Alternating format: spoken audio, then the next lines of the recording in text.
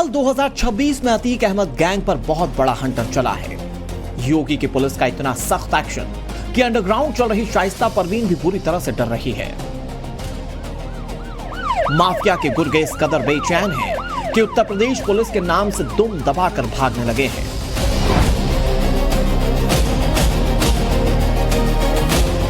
ये लेखा जोखा है माफिया अतीक अहमद के गैंग पर हुई कार्रवाई का। ये डिटेलिंग है अतीक के गुर्गों की उस सल्तनत की जिसे वो अपनी बपौती मान लिया करते थे, मगर योगी आदित्यनाथ की पुलिस ने हिसाब किताब ही बदल दिया। अतीक के गुर्गों की कब्जाई गई जमीन अब वापस सरकार के नाम कर दी गई है। राजस्व रिकॉर्ड सुधार दिए गए और माफिया गैंग का अतिक्रमण हमेशा हमेशा के लिए हटा दिया गया है। जांच के दौरान पाया गया कि आईएस 227 गैंग से जुड़े गुंडों ने बीते कई सालों से सरकारी जमीन पर अवैध कब्जा कर रखा था।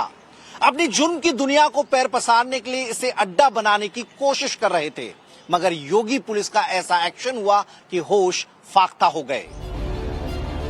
खुलासे के मुताबिक प्रयागराज के नसीरपुर सिलना गांव में 38 बीघा जमीन प्रशासन के रडार पर बहुत पहले से थी, मगर जैसे ही सबूत मिले कि ग्राम सभा की जमीन को कब्जाने के लिए माफिया गैंग की तरफ से दस्तावेजों में हेरफेर करवाया गया है, तो एसडीएम की अगुवाई में जांच शुरू करवाई गई और फिर जो सामने आया उसने अतीक के गुर्गों की कारस्तानी पूरी तरह से उजागर कर दी। प्रयागराज पुलिस के मुताबिक करीब 100 करोड़ की जमीन अतीक के करीबियों के नाम दर्ज थी, जो कि अमानुल्ला, इकबाल अहमद, गुलाम गौस, इश्तियाक अहमद और मोहम्मद बिटानिया की है।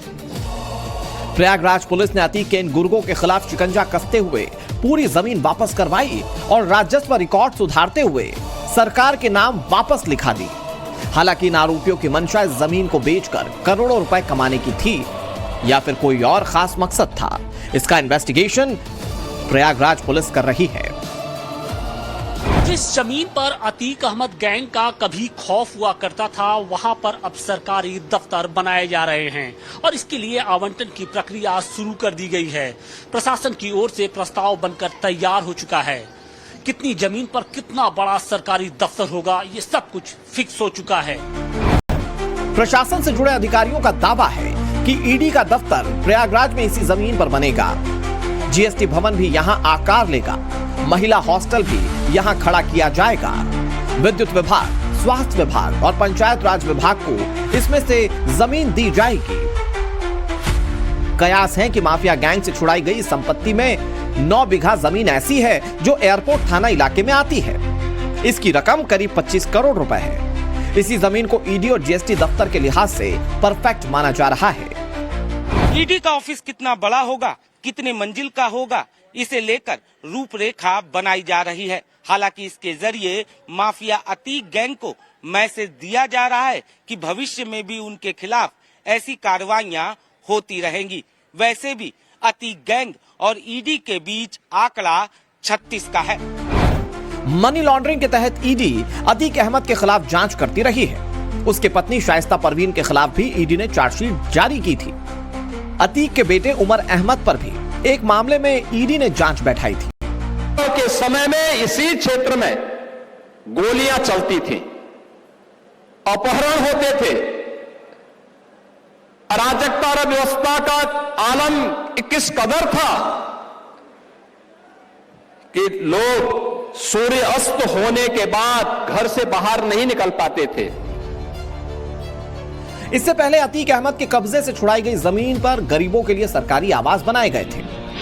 प्रयागराज के लूकरगंज में 76 फ्लैट्स में 3 सालों से लोग बड़े आराम से रह रहे हैं। माना जा रहा है कि प्रशासन की कोशिश इस बार सरकारी एजेंसीज के दफ्तर के जरिए माफिया गैंग में डर बैठाने की है।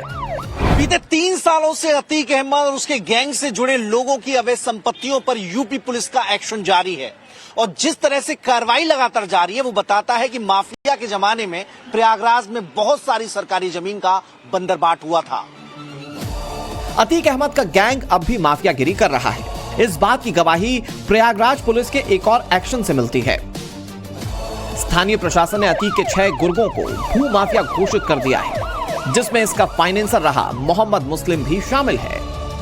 पुलिस के मुताबिक मोहम्मद मुस्लिम, मोहम्मद इमरान, मोहम्मद जीशान, खालिद जफर जयप्रकाश दुबे और फहीम अहमद ने कई ऐसी जमीनों पर कब्जा कर रखा है जिन पर विवाद काफी लंबे समय से है।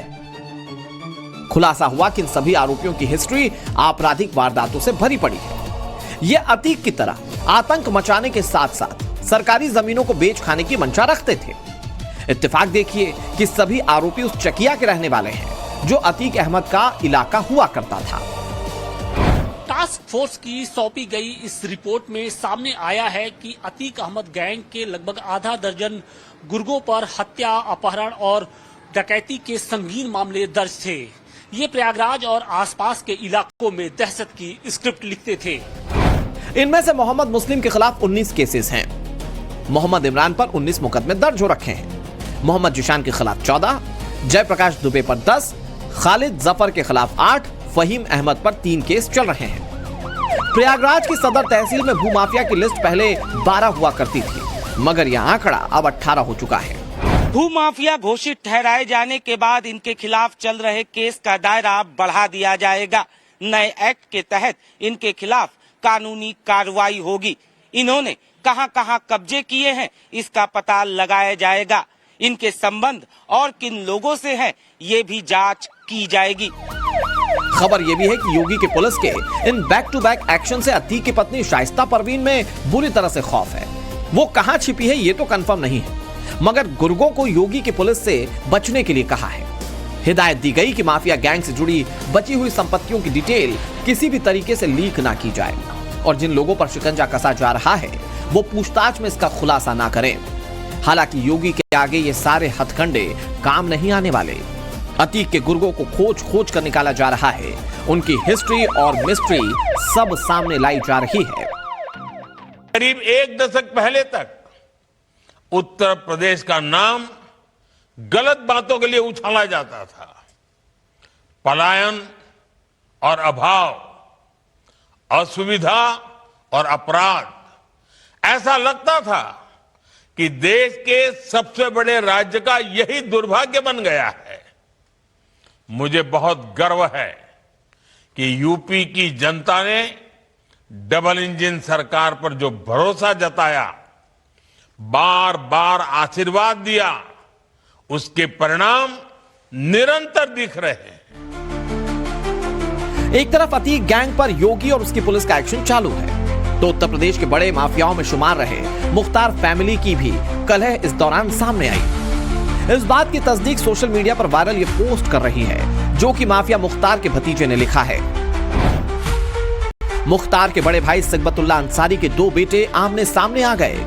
इन दोनों बेटों के नाम सलमान अंसारी और सुहेब अंसारी हैं। सलमान अंसारी का दावा कि मोहम्मदाबाद की विकास निधि में बड़ा घोटाला हुआ है। इसके लिए मोहम्मदाबाद से बड़े भाई सुहेब अंसारी को जिम्मेदार उन्होंने बताया। 20 करोड़ निधि आ चुकी है। 20 करोड़ निधि आ चुकी है। 20 करोड़ की निधि का कार्य क्षेत्र की जनता से पूछ लिया जाए क्या क्या हाहाकार मचा हुआ है। और अगर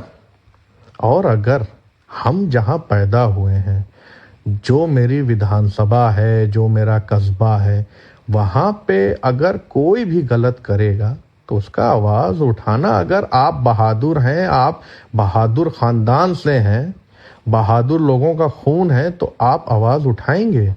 हम नामर्द खानदान और नामर्द लोगों में से नहीं है जो मैं नहीं बोल सकता, मैं डरता किसी से नहीं हूं। मैं अपनी आवाज उठाऊंगा, उठाता रहूंगा। जो गलत हो रहा है, जो विकास के नाम पे 30-30 हजार की लाइटों को 1.5 लाख में कराया जा रहा है, सब पता है, सबको सब पता है क्या चल रहा है। मुख्तार की फैमिली की कलह सिर्फ भाई वर्सेस भाई के तौर पर नहीं देखी जा रही, बल्कि इसे अंसारी परिवार में बड़ी बगावत माना जा रहा है। क्योंकि इससे पहले मुख्तार के खिलाफ जब योगी सरकार नॉन स्टॉप कार्रवाई कर रही थी, फिर चाहे वो अवैध प्रॉपर्टी से जुड़ी हो या कानूनी दृष्टिकोण से, तब सब एकजुट हुआ करते थे। ये स्ट्रेटेजी बनाई जाती थी कि आखिर किस तरह से योगी की पुलिस से बचा जाए। मगर मुख्तार के जाने के बाद धीरे धीरे ही सही, लेकिन दरार सामने आती जा रही है। सूत्र दावा कर रहे हैं कि इससे सांसद अफजाल अंसारी को भी दिक्कत होने लगी है, क्योंकि वो नहीं चाहते कि घर का किस्सा सड़क पर चर्चा का विषय बने। आप लोग कह रहे हैं कि घर का कुछ लोग, मेरे भाई हमको कहे कि भैया निजी मामला है। निजी भैया घर का घर में सुलझाया जाता है, पर जो क्षेत्र का मामला है वो क्षेत्र में सुलझाया जाएगा।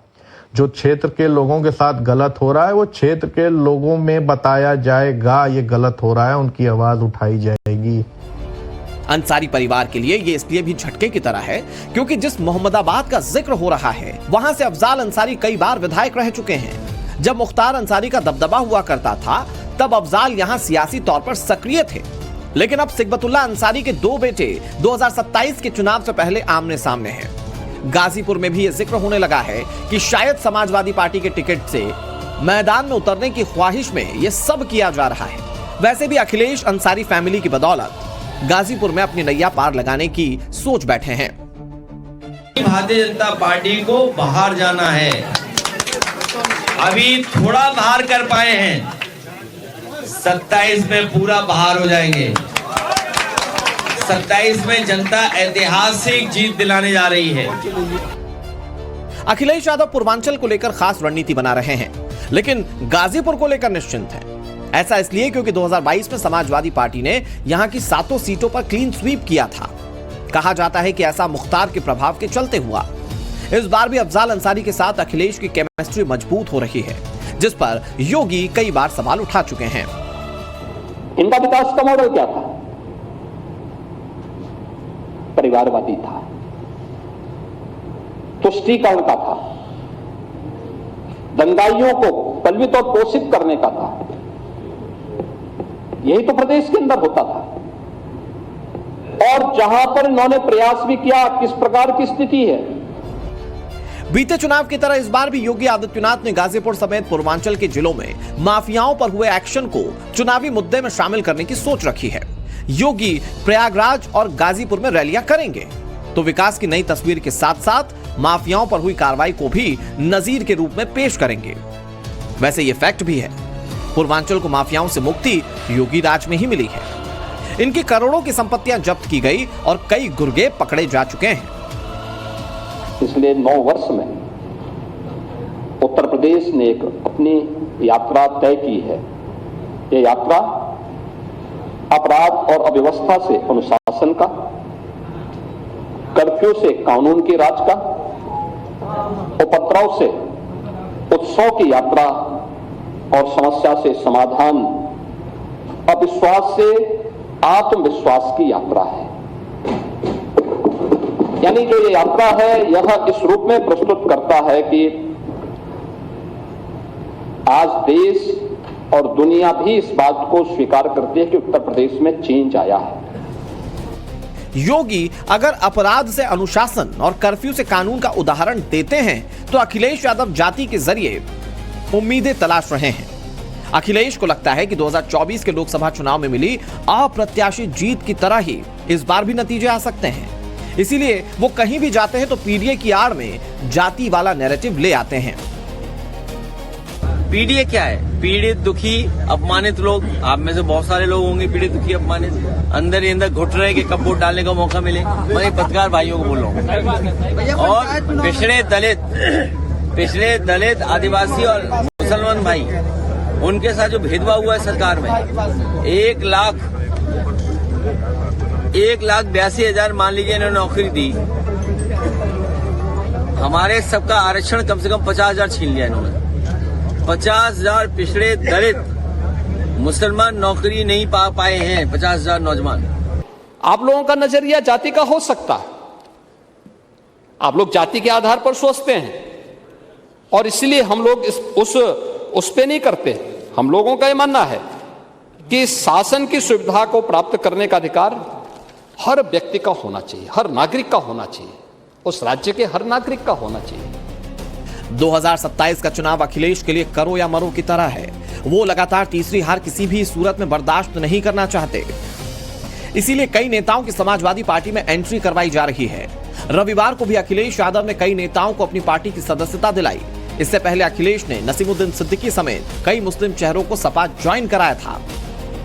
जैसे जैसे पीड़ा बढ़ रही है, पीड़े बढ़ता चला जा रहा है, पीड़े का आंदोलन बढ़ता चला जा रहा है और इस पीड़े के आंदोलन में जुड़ने वाले लोगों को लगातार समाजवादी पार्टी की कोशिश होगी कि ज्यादा से ज्यादा लोगों को जोड़ें।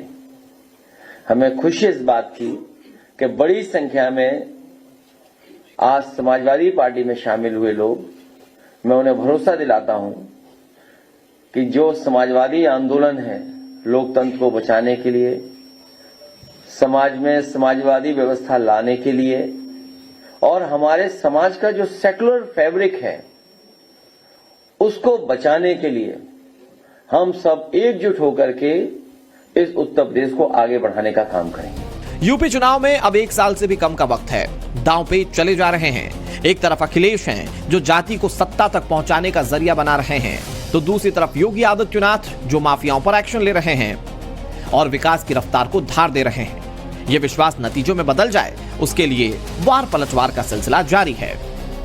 Bureau report, times now Navbharat.